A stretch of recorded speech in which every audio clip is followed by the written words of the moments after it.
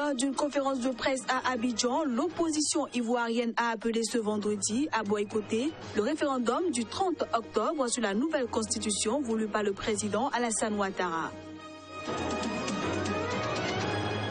Libération de 21 lycéennes de Chibok enlevées par Boko Haram. Le président nigérien Muhammadu Buhari en visite en Allemagne a remercié ce vendredi l'ONU pour son aide. En Afrique du Sud, de nouveaux affrontements ont eu lieu ce vendredi entre la police et des manifestants de l'université de Wits à Johannesburg qui appellent à l'abolition des frais d'université. Bonjour à toutes et à tous. Démarrons cette édition par le Bénin où de grandes marées et de grosses vagues pourraient s'abattre sur la ville de Cotonou et ses environs du 16 au 18 octobre et du 14 au 15 novembre 2016. C'est du moins ce qu'affirment les services de renseignement météorologique. Nous reviendrons plus amplement sur cette information dans nos prochaines éditions. En Côte d'Ivoire, 2 semaines après des émeutes survenues, après une bavure policière, tous les policiers de la ville de Katiola ont été mutés et de nouveaux policiers ainsi qu'un nouveau commissaire de police ont pris leurs fonctions.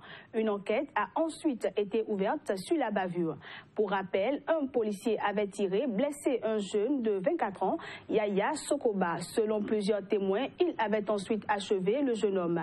La ville s'était alors embrasée et les manifestants avaient incendié le commissariat de police, le domicile d'un policier, plusieurs voitures et des dizaines de motos. À la suite de l'incident, la police avait déserté la ville. Toujours en Côte d'Ivoire, les membres de l'opposition maintiennent leur nom concernant la nouvelle constitution. Le principal parti de l'opposition et ses alliés ont appelé ce vendredi à boycotter le référendum du 30 octobre sur la nouvelle constitution. La nouvelle constitution ivoirienne est une fois de plus au cœur des discussions. L'opposition ivoirienne, qui s'est toujours montrée hostile au projet, dès sa genèse a appelé à boycotter le référendum du 30 octobre sur la nouvelle constitution. Une déclaration faite ce vendredi par Pascal Affi-N'Guessan, le président du Front populaire ivoirien, lors d'une conférence de presse. En effet, l'opposition reproche au pouvoir de ne pas l'avoir consulté ou associé à la démarche. Nous ne sommes pas concernés. On nous a ignorés. On a ignoré la procédure légale. Pourquoi est-ce que nous allons participer au finish à donner un vernis démocratique, à faire croire à l'opinion qu'il y a eu un débat, que toutes les forces politiques ont participé, alors que nous savons que les dés sont pipés. Pour Alassane Ouattara, réélu fin 2015, le projet de révision de la Constitution tournera définitivement la page des crises successives qui ont secoué ce pays. Cette nouvelle constitution prévoit la création d'un poste de vice-président élu en même temps que le président et d'un Sénat dont un tiers des membres sont nommés par le président de la République. Le Conseil de sécurité de l'ONU se dit préoccupé face à la situation politique au Burundi. Également, le manque d'avancée dans la mise en œuvre de la résolution 2303 adoptée en juillet et autorisant le déploiement de 228 policiers au Burundi inquiète l'ONU. L'institution dit par ailleurs regretter que Bujumbura ait récemment suspendu sa collaboration avec le Haut Commissariat de l'ONU aux droits de l'homme. Elle a décidé de l'envoi d'un émissaire spécial dans le pays pour pourparlers de crise la semaine prochaine. Je l'annonçais en titre, en Afrique du Sud, de nouveaux heurts ont éclaté entre étudiants et policiers à Johannesburg. À la manifestation des étudiants de l'université de Wits à Johannesburg, qui appellent à l'abolition des frais d'université et à la décolonisation du système éducatif, la police réplique par des tirs de balles en caoutchouc et des jets de grenades assourdissantes. Reportage.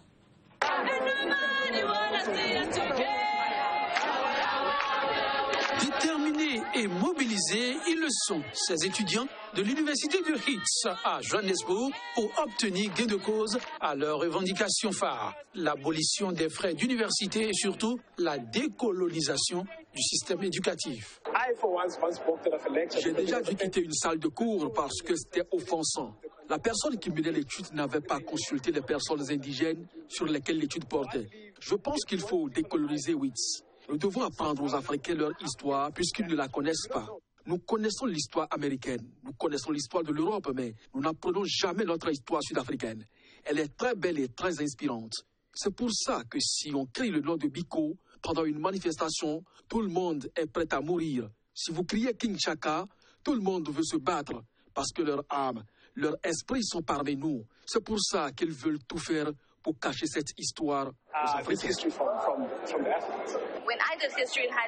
Quand j'ai étudié l'histoire au lycée, j'ai étudié les philosophes comme Confucius de Chine, si je me souviens bien. Je ne peux pas vous raconter grand-chose sur les philosophes africains. Il n'y en a pas beaucoup. Il n'y a pas beaucoup d'Africains dont les idées sont perpétuées. C'est pour ça que je pense que la décolonisation est très importante et très possible. À la fougue des manifestants, une pluie de gaz lacrymogène et des tirs de balles de caoutchouc.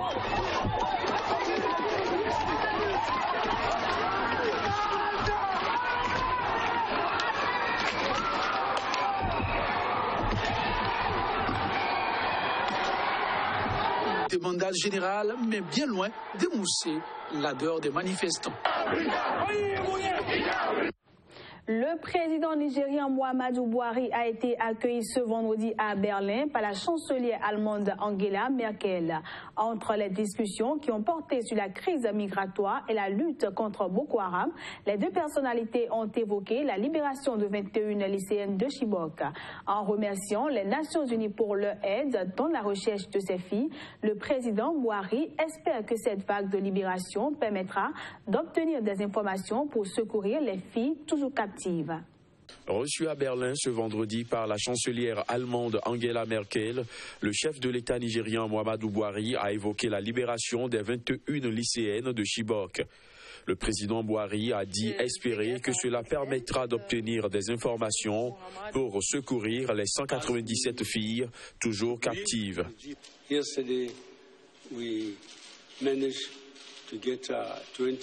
Hier, nous avons réussi à en libérer 21, donc une centaine est encore aux mains des terroristes, quelque part dans la zone de la commission du bassin du lac Tchad, qui comprend le Cameroun, le Niger et le Nigeria.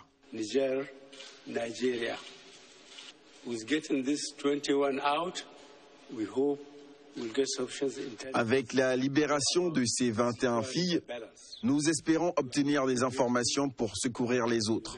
Nous sommes très reconnaissants de la participation des Nations Unies pour tenter de trouver ces filles. Mais je vous en prie, il ne faut pas oublier la situation générale des opérations terroristes au Nigeria.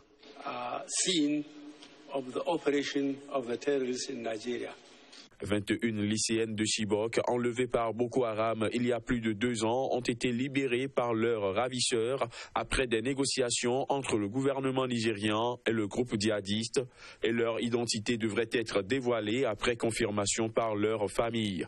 La présidence nigériane a affirmé dans un communiqué que cette libération avait eu lieu après des négociations facilitées par la Commission internationale de la Croix-Rouge et le gouvernement suisse.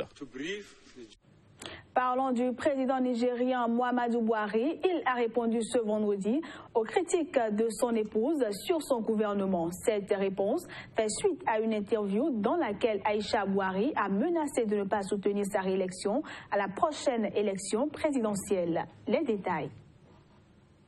Le président nigérien risque de perdre le soutien de son épouse lors de la prochaine présidentielle. Aïcha Buhari a menacé de ne pas apporter son soutien à Muhammadu Buhari si ce dernier se présentait au prochain scrutin. La première dame nigériane a évoqué comme raison principale le manque de dynamisme du gouvernement actuel. Elle a par ailleurs déclaré que le président ne connaissait que 5 membres de son gouvernement sur les 50 qu'il a lui-même nommés à la tête des différents ministères. Des propos qui ne semblent pas être du goût de son époux.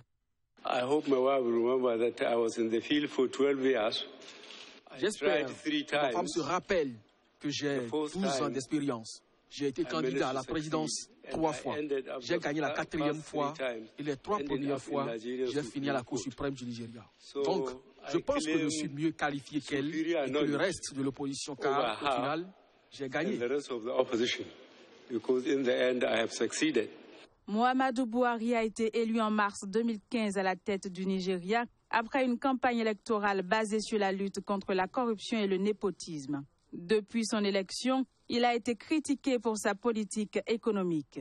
Fin août, le pays avait plongé dans une récession marquée par des attaques sur des installations pétrolières, la chute des cours du pétrole et la baisse des taux d'investissement étrangers. Course à la présidence de l'Union africaine, le Kenya, le Sénégal et le Tchad ont présenté un candidat à l'élection pour la présidence de la Commission de l'Union africaine. La ministre kenyane des Affaires étrangères, Amina Mohamed, son homologue tchadien Moussa Faki Mahamat et le Sénégalais Abdoulaye Bathily sont les favoris pour ces élections. 8 autres postes de commissaires sont également à pourvoir. Parmi ces postes se trouve celui convoité de commissaire à la paix et à la sécurité. Environ 6 candidats sont en liste, dont l'actuel détenteur du portefeuille, l'Algérien Smaïl Chergui. Ces élections se tiendront en janvier prochain à Addis Abeba, en Éthiopie. L'Union africaine est très connue des citoyens au Togo. Ce constat a amené le club de l'Union africaine du Togo et Oxfam International à initier une formation en marge du sommet extraordinaire des chefs d'État de cette institution sur la sécurité et la sûreté maritime qui s'achève ce samedi à Lomé. Ferdinand Gadé pour le point. Connaître l'Union africaine, c'est le thème autour duquel le club de l'Union africaine du Togo et Oxfam International, 2 organisations non gouvernementales, ont réuni les professionnels des médias, les étudiants, les acteurs de la société civile, des services et administrations publiques à Lomé. Le Togo s'inscrit quand même dans l'histoire de l'Union africaine, puisque c'est ici même, à l'an 2000, que l'acte constitutif de la nouvelle Union a été voté. Donc pour moi, il est important et que les Togolais connaissent mieux l'Union. Donc nous espérons qu'à la suite de ces formations, les gens connaîtront mieux l'Union et tenteront donc d'être plus présents aux côtés des autres citoyens, des autres États membres. Pendant une journée, les participants ont pris connaissance des différents organes et le mode de fonctionnement de la plus grande institution panafricaine. C'est la première fois qu'on découvre que cette union-là, l'Union africaine qui regroupe les 54 États du continent africain, est financé de l'extérieur. Et que de deux, que les États membres de l'Union rechignent à donner leurs cotisations. J'ai appris beaucoup de choses lors de cette formation, notamment les modalités de fonctionnement, quels sont les États qui composent l'Union africaine, comment l'Union africaine est financée et tout.